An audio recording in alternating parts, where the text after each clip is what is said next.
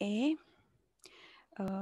ini aturannya, jadi ini masih berlaku, tapi ini ada penggantinya, terutama yang berganti di sini adalah KPP, ya, terutama yang berganti adalah KPP. Dan kalau teman-teman bandingkan antara pasal tentang jumlah KPP di PMK 210 dan 184, ya, ini eh, terbitnya 2020, tapi SMO atau saat mulai operasinya itu adalah di Mei 2021. Jadi mungkin teman-teman yang kemarin PKL atau mungkin adik yang ngambil data KTTA di KPP sebelum Mei 2021, mungkin KPP-nya masih pakai struktur yang lama di 210, tapi setelah Mei 2021 itu struktur KPP-nya berubah, ya. Jadi di instansi vertikal itu ada Kanwil, ya sama seperti di BC, di mana lagi yang ada vertikal? Di DJP, TJPB, DJKN, ya, instansi vertikal itu selalu ada Kanwil, kemudian ada kantor pelayanannya, ya. Nah, kalau di DJP, Kanwilnya itu ada 3-4, ini dibagi menjadi Kanwil WP besar, Kanwil WP khusus, dan Kanwil biasa, ya, Kanwil selain WP besar dan khusus, ya. Kalau WP besar itu yang membawahi KPP WP besar atau kita biasa sebut LTO, ya. Saya lupa karena saya ngajar banyak, ya. Saya sudah sampaikan ini atau belum di kelas kalian, ya. Kenapa perlu dibeda-bedakan besar khusus madya, ya? Kalau besar ini besar nasional, ya, besar secara nasional. Kalau khusus ini dia di Jakarta saja. Ini terkait dengan PMA, di slide di belakang ada, ya, PMA, Badora, Badan Dana Orang Asing, perusahaan masuk bursa yang seperti itu. Nah, kalau Madya ini adalah WP besar di Kanwil masing-masing, ya, di Kanwil masing-masing. Kenapa perlu dibedakan seperti itu? Karena 80 sampai 85% total penerimaan itu berasal dari 20 sampai 25%, hanya berasal dari 20 sampai 25% WP, ya. Jadi 80 sampai 85% total penerimaan pajak secara nasional itu asalnya hanya dari sebagian kecil WP. Ya, nah, sebagian kecil WP inilah yang kemudian dikumpulkan ke KPP WP besar, WP khusus, dan WP Madya, ya, karena mereka potensinya besar, ya. Jadi mereka perlu treatment secara khusus, dan ini berkaitan juga dengan alokasi sumber daya manusianya, ya. Jadi teman-teman yang penempatan di Kanwil atau KPP WP besar, Madya khusus ini adalah orang-orang pilihan, ya, SDM terbaik di DJP, ya. Itu untuk yang pembagian WP. Kemudian selain Madya juga ada Pratama, ya. Kalau Pratama ini selain WP-WP yang ada di WP besar khusus dan Madya, ya. Yang membedakan dengan antara PMK 10 dan PMK 184 adalah dari sisi jumlahnya. Ini jumlahnya secara total itu sama, ya. Jumlahnya secara total itu sama, jumlah KPP-nya, tapi yang membedakan di sini, ya. Dulu kalau nggak salah WP Madyanya 30 atau berapa, ya, saya lupa, nanti dibandingkan, ya. Tapi intinya di PMK yang baru ini WP Madyanya semakin bertambah, tapi pratamanya itu berkurang, ya. Tapi total itu sama, KPP-nya totalnya sama, ya. Jadi ada penambahan di WP Madya. Ini berkaitan dengan strategi penerimaan DJP seperti tadi saya sampaikan, bahwa sebagian besar penerimaan itu bersumber dari sebagian kecil WP. Jadi ini juga strategi penerimaan DJP untuk bisa fokus menggali potensi. Kemudian di Pratama ini di PMK yang baru itu tugasnya lebih ke penguasaan wilayah, ya. Jadi fokusnya lebih ke penguasaan wilayah dan dari sisi kualitas data. Ya, kalau teman-teman masih ingat penjelasan saya sebelumnya, itu DJP sekarang sangat memperhatikan mengenai pengelolaan data, ya. Itu bedanya. Kemudian dulu itu maksudnya dulu di PMK 210 KPP khusus ini dulu masuk ke kelompok Madya, ya. Jadi dulu namanya cuma KPP Madya gitu doang, ya. Dan di dalamnya termasuk KPP khusus. Nah, sekarang ini dipisah antara KPP khusus dan Madya dari sisi pengelompokan, ya. Dari sisi pengelompokannya dipisah. Itu, ya. Pertanyaan dari kelas sebelah, ya. Apa yang Oke, ini suatu konsep juga yang akan membedakan struktur antara Kanwil besar dan khusus dengan Kanwil biasa. Dan ya terutama struktur di Kanwil yang membedakan ya. Karena WP yang ada di KPP besar, khusus, dan madya itu WP-nya tidak mendaftar atau tidak memilih untuk mendaftar di sana, tapi ditentukan di Perdirjen. Ya, jadi DJP itu melakukan kajian, terutama yang melakukan kajian adalah Direktorat PKP, penerimaan kepatuhan potensi kepatuhan dan penerimaan ya. Direktorat Potensi Kepatuhan dan Penerimaan itu yang mengurusi potensi dan penerimaan pajak di DJP ya. Itu melakukan kajian dari hasil dari data-data penerimaan beberapa tahun ke belakang, dari kajian atas potensi WP itu kemudian mereka punya kriteria tertentu ya, tapi intinya adalah berdasarkan potensi penerimaan pajaknya. Nanti dari situ mereka akan membuat list daftar ya, daftar WP mana yang masuk KPP LTO, mana yang masuk KPP khusus, mana yang masuk KPP madya. Ya, jadi WP di KPP besar, khusus, dan madya itu tidak mendaftar atau tidak memilih untuk mendaftar di sana, tapi mereka ditetapkan. Kalau teman-teman ingat di KUP, pasal mengenai pendaftaran itu ada pasal ayat yang, pasal 2 ya kalau nggak salah, nanti lihat lagi KUP-nya, yang menyebutkan bahwa DJP itu berhak secara jabatan untuk menetapkan di mana tempat WP terdaftar. Ya nggak? Ada yang masih ingat KUP? Ya. Jadi ini salah satu wewenang DJP juga, itu ya. Karena karakter itu, jadi nanti kalau teman-teman lihat struktur di Kanwil WP besar dan khusus itu eh, tidak ada fungsi pendaftaran, tidak ada fungsi ekstensifikasi. Ya, di Kanwil WP besar dan khusus tidak ada fungsi itu. Ya, karena apa? Karena WP-WP di KPP di bawah Kanwil DJP besar dan khusus itu WP-nya yang terdaftar itu ditetapkan dengan Perdirjen, gitu ya.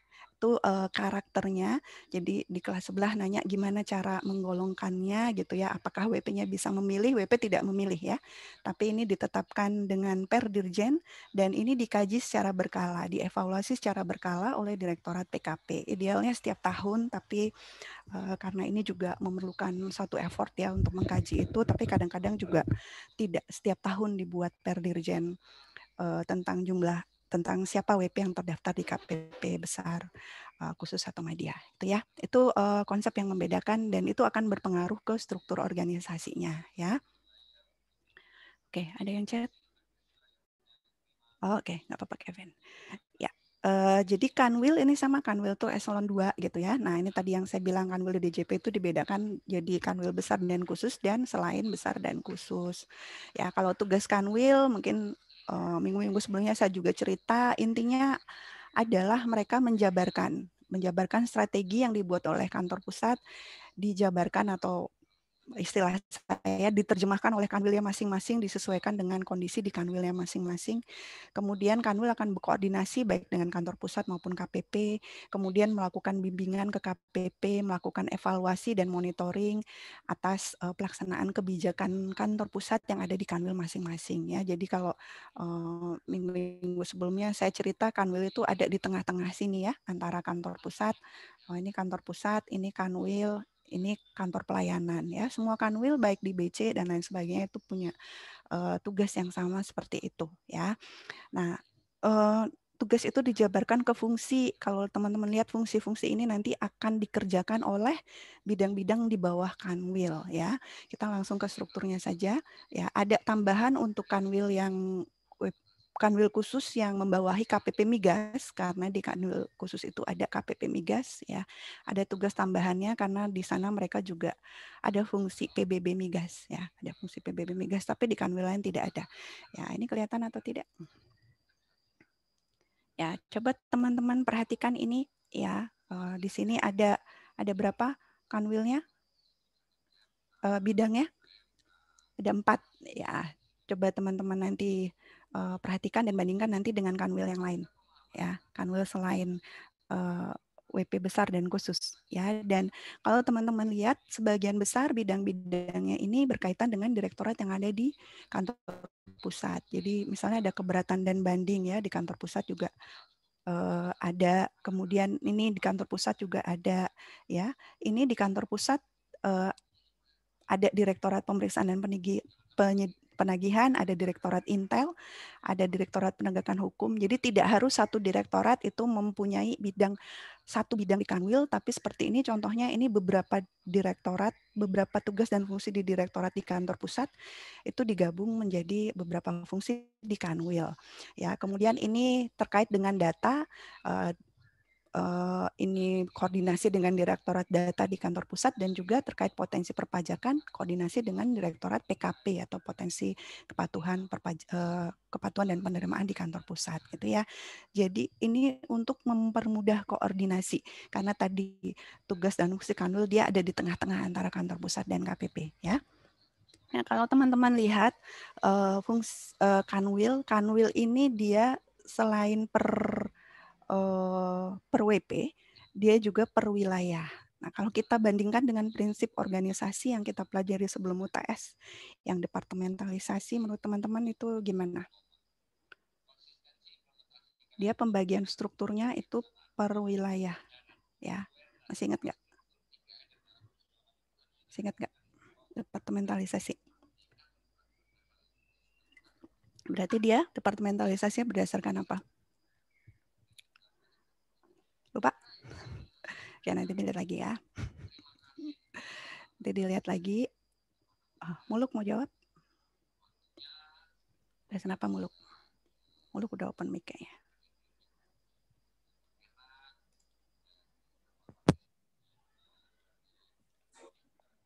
Secara geografi, Bu.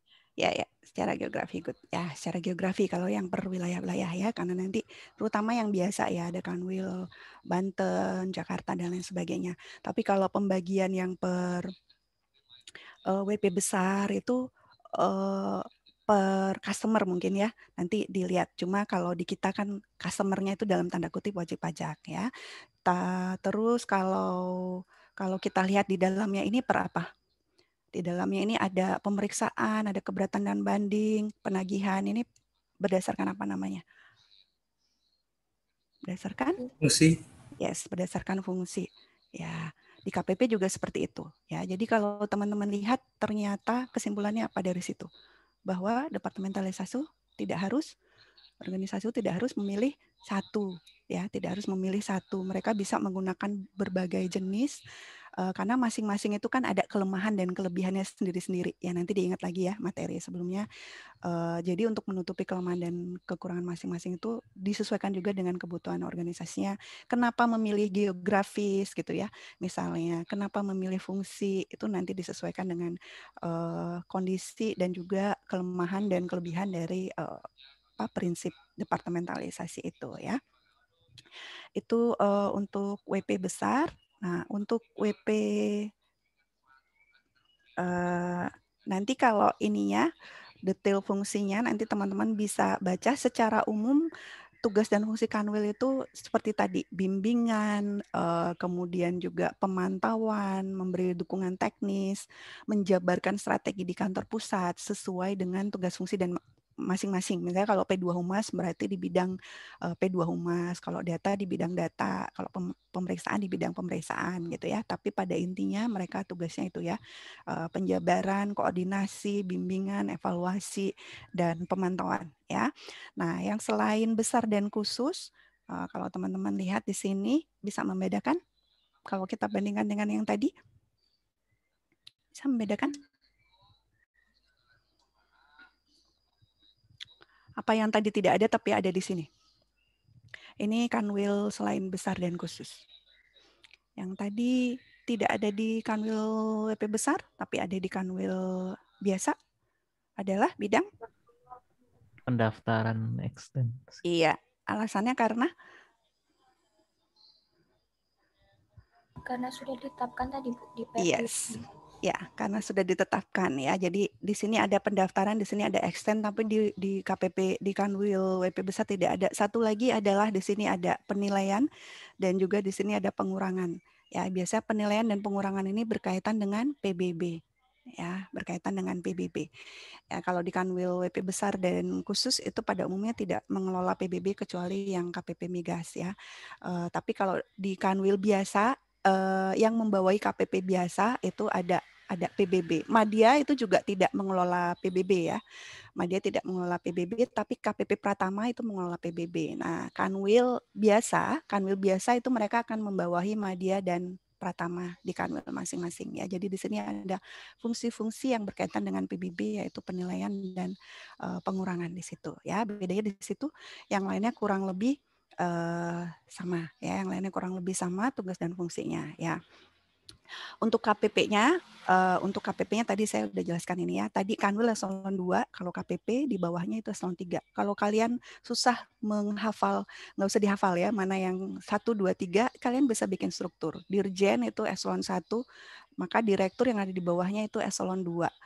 Kanwil yang ada di bawahnya itu eselon 2. Kemudian di bawah Kanwil itu ada KPP, maka KPP itu eselon 3. Jadi kalian bikin strukturnya seperti ini, itu akan mempermudah kalian. Yang di atas eselon 1, yang di bawahnya eselon 2, yang di bawahnya eselon 3 gitu ya.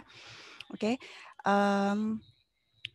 Kalau KPP ada WP besar khusus Madya Pratama ya. Tadi saya sudah jelaskan. Secara garis besar sebenarnya tugas dan fungsinya itu sama, kecuali tadi WP besar, WP khusus dan Madya itu tidak mengelola PBB dan WP-nya ditetapkan dengan Perdirjen ya. Secara konsep bedanya itu. Nah, bedanya dengan perubahan yang terjadi di PMK 184 dibandingkan dengan PMK sebelumnya adalah ini ya. Ini kita lihat Madya ya. Tapi di Pratama pun ini sama ya. Ya, di Pratama juga kurang lebih sama seperti ini ya. Coba diperhatikan teman-teman yang PKL atau ngambil data KTTA di KPP, apa yang berbeda? Ini struktur yang baru sejak Mei.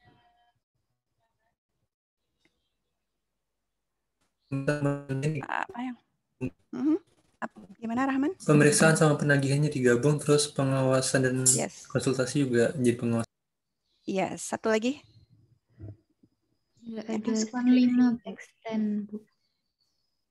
Iya, tidak ada seksi extend, betul. Satu lagi ini, kalian notice nggak? Seksi penjaminan kualitas data dulu namanya apa?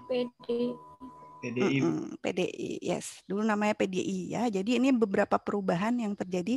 Ini kebetulan di WP besar dan khusus ya. Tapi Madya dan Pratama itu sama.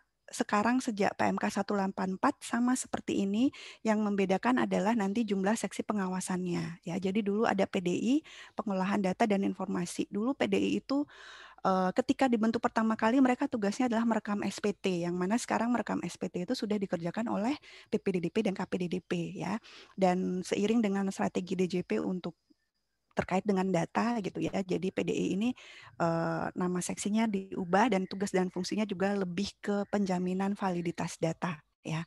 Kemudian ini betul tadi pemeriksaan, penilaian dan penagihan ini digabung karena karena selama ini kalau dipisah itu nanti pemeriksaan fokusnya itu akan memperbanyak misalnya SKP, nanti ketika SKP-nya banyak nanti di penagihannya akan lebih menantang untuk melakukan penagihan gitu ya. Jadi mereka disatukan karena dipandang serumpun dan juga agar lebih ada koordinasi antara produk pemeriksaan dengan apa yang akan dilakukan di seksi penagihan ya. Untuk pengawasan konsultasi betul. Dulu ada pengawasan dan konsultasi yang mana itu seperti dua sisi mata uang ya. Di satu sisi mengawasi itu kan law enforcement ya. Di satu sisi juga konsultasi, yang mana ini adalah sebenarnya konsultasi itu sisi pelayanan. Ya, bagaimana seorang AR atau kepala seksi bisa melakukan law enforcement dan bisa melakukan pelayanan di satu seksi yang sama. Ya, jadi ini setelah dikaji, akhirnya fungsi ini dipisah jadi seksi ini hanya fokus ke pengawasan, sedangkan untuk masalah pelayanannya itu diberikan ke seksi pelayanan dan sekarang sudah ada fungsional penyuluh ya, fungsional penyuluh. Jadi fungsional penyuluhnya diletakkan di sana ya. Dulu di AR itu juga masih melayani konsultasi gitu ya. Jadi sekarang fokus ke pengawasan tadi karena ada strategi penguasaan wilayah gitu ya. Karena ini WP besar dan khusus, jadi semua seksi ini akan bertugas melakukan pengawasan ya. Tapi kalau di KPP Pratama itu fungsinya agak berbeda. Nanti kita lihat ya. Di besar dan khusus itu seksi pengawasannya ada 5 ya, seksi pengawasan ada 5. Di situ ada kelompok jabatan fungsional, setiap seksi itu ada isinya, tapi saat ini yang baru terisi jabatan fungsionalnya itu di sini ada operator konsul ya, masalah IT, kemudian di sini jabatan penyuluh, di sini ada pemeriksa, di tempat lainnya belum ada, tapi tetap dibuat rumahnya gitu ya, tetap dibuat rumahnya, jadi sewaktu-waktu nanti diperlukan bisa dibentuk jabatan fungsional. Karena ke depan saya mendengar informasi bahwa AR itu juga ke depan nanti akan menjadi jabatan fungsional ya. Jadi account representatif itu ke depan akan menjadi jabatan fungsional, demikian juga jurusita ya, ke depan akan menjadi jabatan fungsional juga. Sekarang belum. Mereka sekarang masih belum, jabatannya belum fungsional itu ya. Nah, ini untuk pembagian sektornya ya. Jadi WP LTO, WP besar itu ada 4 dan ini dibagi per sektor ya. Ada pertambangan, industri, perdagangan, jasa dan lain sebagainya ya. Jadi per sektor ini mereka yang ditetapkan di Perjurjen. Ya, kalau WP KPP di WP khusus ini ya, PMA, kemudian Badan dan Orang Asing, Migas, perusahaan masuk bursa ya. Kalau media ini WP besar di wilayah masing-masing ya. Teman-teman lihat di sini tidak ada PBB. Ya, tidak ada PBB di Madya. Ya, PBB itu di Pratama ya, di Pratama. Oke.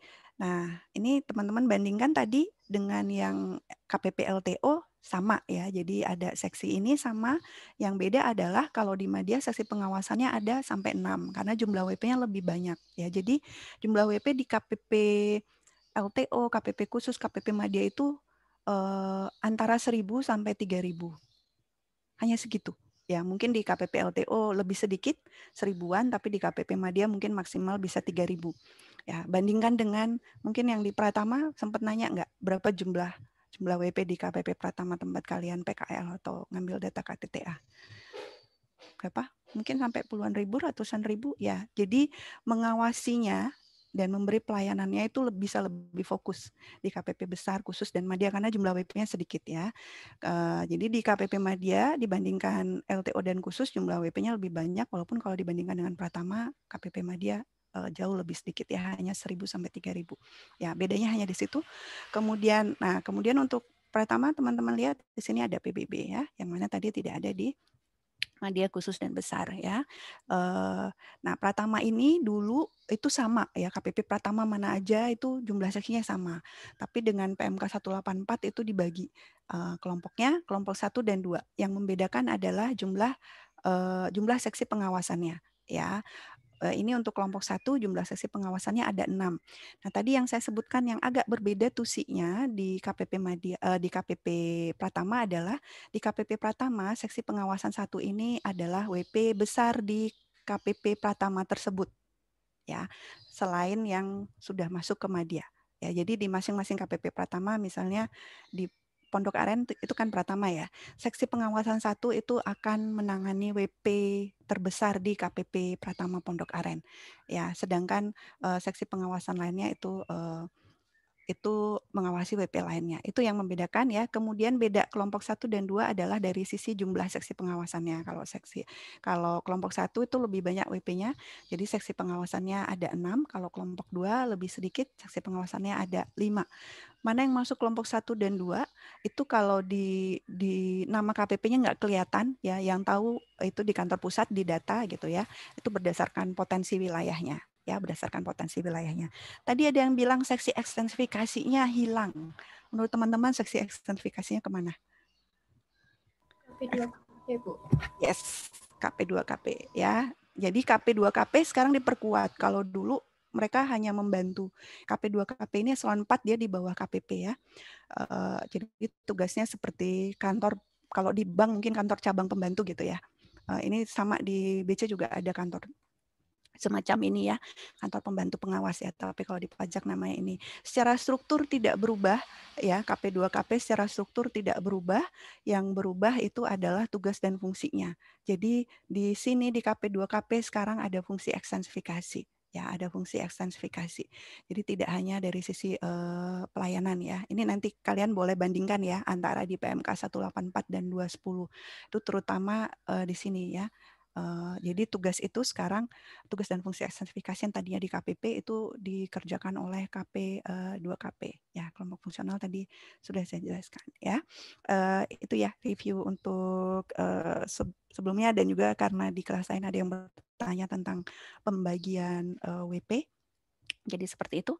Ada yang bertanya enggak untuk KPP? Nggak ada? Nggak ada, oke. Oke, kalau nggak ada mungkin belum terpikir, nggak apa-apa, nanti silahkan di LMS seperti biasa ya.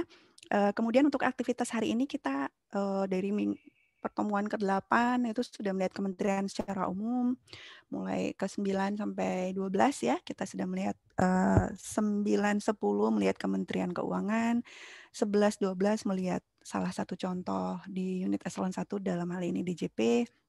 Ya, jadi hari ini kita akan lihat di kementerian lain ya, di kementerian lain. Tapi sebelum ke sana, teman-teman perlu mengingat dulu materi yang ada di pertemuan ke-8 ya, materi yang ada di pertemuan ke-8. Masih ingat Kementerian Negara itu dibagi menjadi berapa? Materi ke-8 masih ingat? Karena ini akan berkaitan dengan tugas kalian hari ini, tugas di kelas. 34, Bu. Oke, jumlahnya ada 34, kemudian dibagi menjadi kelompok-kelompok. Ada apa? Kelompok apa saja? Yes. 4 kelompok. Kelompok apa? Kelompok? Koordinator 1, 2, 3. Yes, koordinator 1, 2, 3. Bedanya apa? Kelompok 1? Sambil ya, nomenklaturnya sudah ada di UUD, Bu. Kelompok 2? Kelompok 1 yang nomenklaturnya. Lingkupnya ya, Bu? Ya, betul, Hara. Kalau kelompok 2, nomenklaturnya tidak. Nomenklatur itu nama ya. Nama tidak ada di UUD, tapi ruang lingkupnya ya, seperti keuangan, pendidikan, dan lain sebagainya. Ya, kelompok 3? Tidak ada di undang-undang, tapi diperlukan. Ya, nomenklatur maupun ruang lingkupnya tidak ada di Undang-Undang Dasar ya. Saya juga kadang suka lupa nyebutin dasarnya. Tidak ada di Undang-Undang Dasar, tapi diperlukan ya. Contohnya Kemenpan RB, Sekretariat Negara, Bappenas ya, yang seperti itu diperlukan walaupun tidak ada. Kemudian koordinator, fungsinya koordinasi ya. Oke, terima kasih sudah mengingat. Oke, kapan itu saya mengganti Sabtu ya? Menggantikan kelas dosen lain karena tiba-tiba bapaknya sakit, jadi saya menggantikan karena bapaknya pengen saya menggantikan gitu ya. Dan saya tanyakan ini dan sebagian besar lupa gitu ya. Dalam hati saya, ini kalau saya tanya ke anak-anak saya, mereka pasti ingat. I am proud. Saya kayak ibu yang bangga gitu sama kalian ya. Ternyata kalian masih ingat, benar kan saya? Oke, terima kasih ya. Oke, tadi saya bilang nggak apa-apa kalau lupa, itu manusiawi, saya bilang gitu di kelas lain ya. Lupa itu manusiawi, tapi dalam hati saya gitu, ini kalau saya tanya ke anak-anak saya, mereka pasti ingat. Ya, ternyata betul. Oke, jadi hari ini aktivitas kita akan berkaitan dengan itu ya. Karena kita selama ini berapa minggu ini ngelihatnya ke Kementerian Keuangan, sekarang kita akan perlebar horizon ya, pandangan kita melihat ke kementerian lain. Nah, untuk ini kita akan interaktif ya. Kita akan interaktif, nanti teman-teman ingat ingat lagi, tadi kelompoknya udah ingat ya, nanti bisa diingat-ingat lagi masing-masing itu bedanya di mana gitu ya. Nanti akan kita gunakan untuk berdiskusi. Oke. Media diskusinya tadi saya bilang saya akan pakai Gather Town. Sebentar ya. Saya siapkan dulu. Saya buka dulu Gather Town-nya.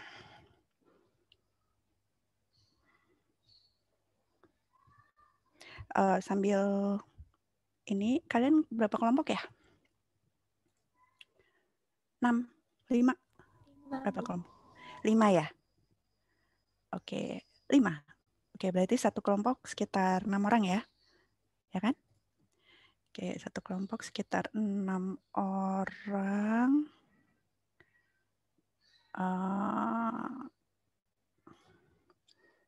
Ini kelas 6, 12. Nanti boleh jadi di mungkin sekitar 20-25 menit pertama ya, teman-teman nanti memilih. Jadi pembagiannya adalah kelompok 1 itu mencari contoh kementerian di kementerian kelompok 1 ya. Boleh pilih kementerian dalam negeri, luar negeri, atau pertahanan ya. Silahkan pilih salah satu. Kemudian kalian bahas, kalian silahkan cari di internet informasi. Jadi yang dicari cukup mengenai tusi dan struktur organisasinya. Itu ya, cukup itu yang dicari. Kalau nggak ketemu, kalian bisa cari informasi apa saja tentang kementerian itu ya. Kelompok 2 mencari contoh kementerian di kelompok 2 selain Kementerian Keuangan ya. Cari satu aja. Kemudian kelompok 3 itu mencari kementerian kelompok 3. Kelompok 4 mencari contoh kementerian koordinator ya. Kelompok 5 mencari contoh organisasi pengelola keuangan daerah di Pemda. Oke, udah jelas ya? Perlu dicatat lagi nggak? Nggak, udah jelas. Ya, kelompok 1 mencari kementerian kelompok 1, kelompok 2 kementerian kelompok 2 selain Kemenkeu, kelompok 3 kementerian kelompok 3, kelompok 4 contoh kementerian koordinator, kelompok 5 mencari contoh organisasi pengelola keuangan di daerah ya. Cukup tusi dan OTK-nya saja ya, sekitar 20-25 menit. Oke, ini saya perlihatkan. Nanti teman-teman boleh memilih mau main di sini atau mau main di Padlet saja ya. Ini sudah terlihat? Sudah, Bu. Ya. Jadi nanti saya akan bagi link ya, teman-teman silahkan klik link di Gather Town ya. Ada yang udah pernah main ini? Mungkin buat gamer nanti pasti kalian sukain ya. Nanti teman-teman ketika masuk, teman-teman akan disuruh memilih avatar ya yang mewakili teman-teman seperti ini. Nanti silahkan pilih. Penamaannya nomor absen dan nama panggilan saja ya, supaya nggak panjang-panjang. Nomor absen dan nama panggilan. Oke, nanti teman-teman klik linknya. Saya sudah buka space-nya di sini. Nanti teman-teman bisa masuk ke Classroom A. Jadi teman-teman pakai kursor untuk menggerak-gerakkan perwakil avatar kalian ya. Ini Classroom A sudah ada meja-meja, jadi silahkan masuk ke meja masing-masing, kelompok 1 masuk ke meja 1 dan seterusnya ya. Di sini ada 6 tapi kalian karena 5 jadi silahkan disesuaikan. Setelah masuk, ini kalau Gather Town, kalau kalian berdekatan maka kalian akan saling bisa bicara. Ya, misalnya yang di kelompok 1 kalau berdekatan kalian akan bisa bicara dan pembicaraan kalian tidak akan didengarkan oleh kelompok lain. Ya, pembicaraan kalian tidak akan mendengarkan kelompok lain. Silahkan kalian berdiskusi. Jadi kalian bisa pakai whiteboard yang ada di situ. Tinggal klik X gitu ya. Nanti bisa menggunakan whiteboard-nya untuk berdiskusi. Atau kalau nggak nyaman pakai itu, karena di beberapa kelas saya mendapat masukan mereka kurang nyaman pakai itu, kalian boleh ke bawah sini di tengah-tengah ada share screen, bisa ini seperti Zoom ya, bisa share screen seperti Zoom, kalian bisa kerja di file kemudian di share screen sambil berdiskusi gitu ya. Itu seperti itu, sekitar mana tadi session plan-nya? Sekitar 20 sampai 25 menit. 10.15 sampai 10.40 ya, karena biasa 5 menit pertama kalian masih pengenalan ini nggak apa-apa ya, sampai sekitar 10.40 ya. Boleh kalian diskusi. Kemudian dari 10.40 sampai jam 11, silahkan bagi tugas siapa yang akan menjaga mejanya, siapa yang akan berjalan-jalan ke kelompok lain. Ya, teman-teman yang berjalan-jalan ke kelompok lain tugasnya adalah bertanya atau memberi masukan ke kelompok lain, sedangkan yang menjaga meja tugasnya adalah menjelaskan atau menerima pertanyaan dan menjawab pertanyaan dari kelompok lain. Ya, seperti itu cara mainnya, tapi pastikan mejanya nggak kosong ya. Karena kadang-kadang dan lihat-lihat juga kalau di satu meja terlalu numpuk, biasanya saya lihat orang-orang pada tertarik ke Pemda. Biasanya kelompok Pemda itu ramai banget gitu ya. Lihat-lihat juga kalau terlalu penuh mungkin kalian bisa kunjungi meja lain dulu ya nanti. Dan ketika kalian berkunjung itu nggak hanya di satu tempat, kalian kalau udah misalnya udah cukup, silahkan berpindah-pindah ke meja yang lain. Ya, yang menjaga meja juga kalau kalian mau bergantian, silahkan diatur misalnya 10 menit pertama siapa yang jaga meja, 10 menit berikutnya siapa yang jaga meja, gitu ya. Kalau kalian perlu halo-halo, ya tadi saya bilang kalian cuma bisa mendengar kalau kalian berdekatan. Tapi kalau berdiri di podium ini, ya ini podium saya sih, tapi kalau teman-teman mau pinjem, nggak apa-apa. Misalnya ada anggota kelompok yang hilang mau manggil-manggil, silahkan kalian di sini ya. Saya seperti biasa keliling, saya bisa keliling ke sana mengunjungi meja, atau saya bisa di sini ya. Saya bisa, kalau saya berdiri satu berarti saya bisa ngobrol dengan kelompok satu ya. Kemudian di sebelah kiri bawah ini ada kolom chat ya, kalian boleh chat di sini. Di sini bisa di chat ya, kalau mau nanya ke saya atau mau manggil ke temennya boleh. Kemudian saya juga baru tahu ternyata di sini ada build. Jadi biasanya anak-anak yang lain itu pada suka nanam-nanam segala macam. Jadi pernah di satu kelas, ini terutama tingkat 2 ya, mereka kayaknya semangat banget. Jadi ruangannya dipenuhi pohon sampai nggak kelihatan jalannya gitu ya. Boleh silahkan kalau kalian mau mendekorasi atau membangun sesuatu sambil main ya, nggak apa-apa. Asal minta tolong podium saya jangan ditutupin ya, dan juga meja-meja kelompok lainnya juga jangan ditutupin. Tapi kalian boleh oh Rahman udah masuk ya, boleh apa namanya, mau build apa ya, itu ya.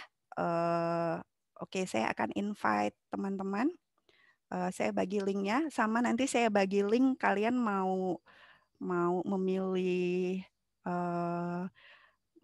Gather Town atau mau main di Padlet saja ya. Ini mungkin agak berat, jadi silahkan nanti di teman-teman kalau mau leave Zoom, yang mau Gather Town silahkan leave Zoom, nggak apa-apa. Kemudian yang mau main di Padlet juga boleh main di Padlet ya. Itu link Gather Town-nya, boleh dicoba. Kemudian saya juga akan udah jelas ya, ada pertanyaan nggak mainnya? Di hari ini kita relax sambil main ya, tapi mudah-mudahan materinya tetap bisa masuk gitu ya. Oke, sambil saya kasih survei ya di Mentimeter untuk mengetahui siapa yang mau ke Padlet, siapa yang mau ke Gather Town. Cuma kalau di Menti kan anonim ya, tapi paling tidak saya ingin melihat seberapa besar yang mau ke Padlet, seberapa besar yang mau di Mentimeter ya.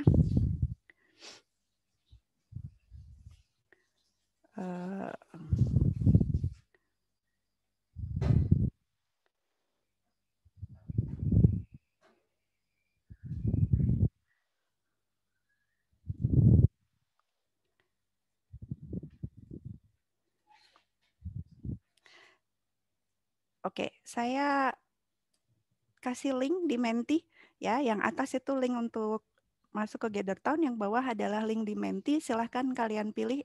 Sekali lagi ini bukan paksaan ya, tidak ada paksaan. Silahkan kalian pilih apakah kalian memilih Gather Town atau Padlet. Ini untuk memberikan saya gambaran berapa orang yang ke Gather Town, berapa orang yang di Padlet. Nanti kalau misalnya ada yang kalau mau ke Gather Town semua, berarti saya nanti ke Gather Town. Kalau ada sebagian kecil, biasanya sebagian kecil itu memilih Padlet, nanti saya buka forum diskusi di Padlet gitu ya. Silahkan sambil yang mau ke Gather Town boleh bersiap-siap ke Gather Town.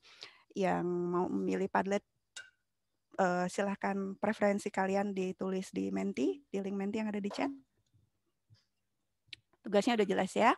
Kalian boleh bermain, having fun, tapi tetap serius ya. Tugasnya dikerjakan. Ya, tugas dikerjakan. Kemudian nanti di akhir sesi, saya akan minta teman-teman untuk menyarikan pelajaran apa yang teman-teman ambil dari diskusi hari ini. Ya, nanti di akhir sesi. Oke. Silakan.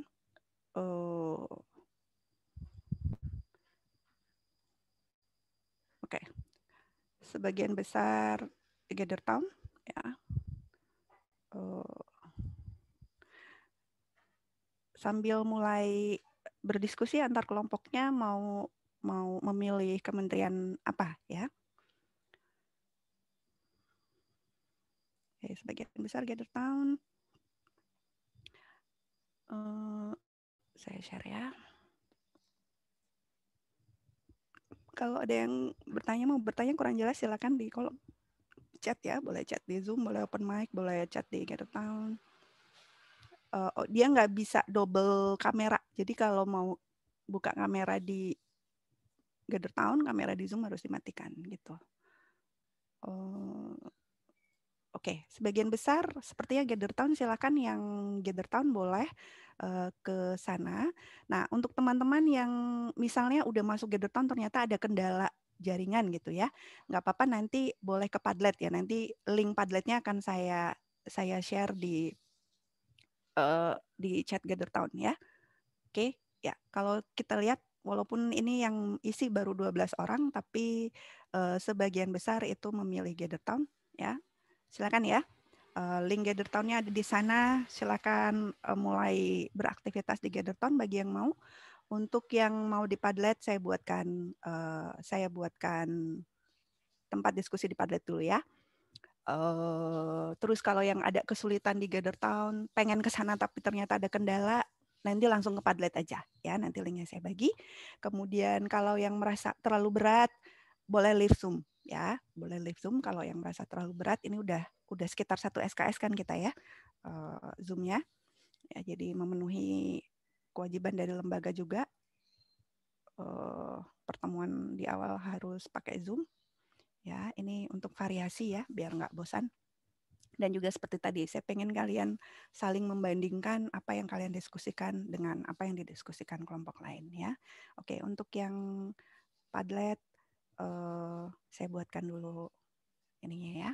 Saya buatkan dulu linknya ya. Oke, udah ada. Mau tanya. Ya. Muluk. Ini kalau misalnya ada satu orang dari kelompok itu yang nggak bisa ke Gathertown, itu berarti Padlet. satu kelompok semuanya ke Padlet gitu Bu ya? Enggak. Yang lain nggak apa-apa di Gathertown. Jadi misalnya kelompok Muluk ada 6 orang misalnya. Yang satu nggak bisa ke Gathertown, berarti yang 5 orang tetap di Gathertown. Nanti yang 1 orang nanti boleh di Padlet. Nanti saya buat aktivitas di Padlet. Jadi biar teman-teman yang, jadi sesuai dengan pilihan kalian ya, sesuai dengan pilihan kalian aja. Kalau mau Gathertown tetap di Gathertown. Yang mau di Padlet nanti bisa ke Padlet gitu ya. Siap Bu, terima kasih. Iya, sama-sama.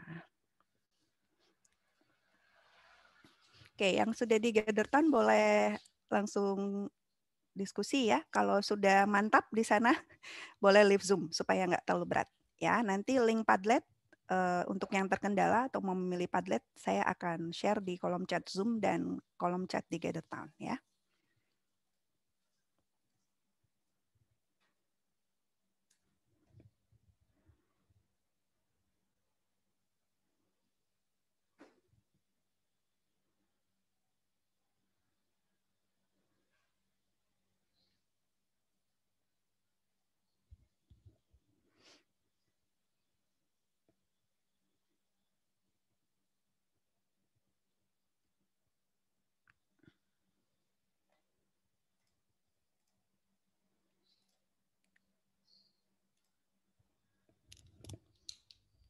Oke, saya buatkan Padlet dulu ya.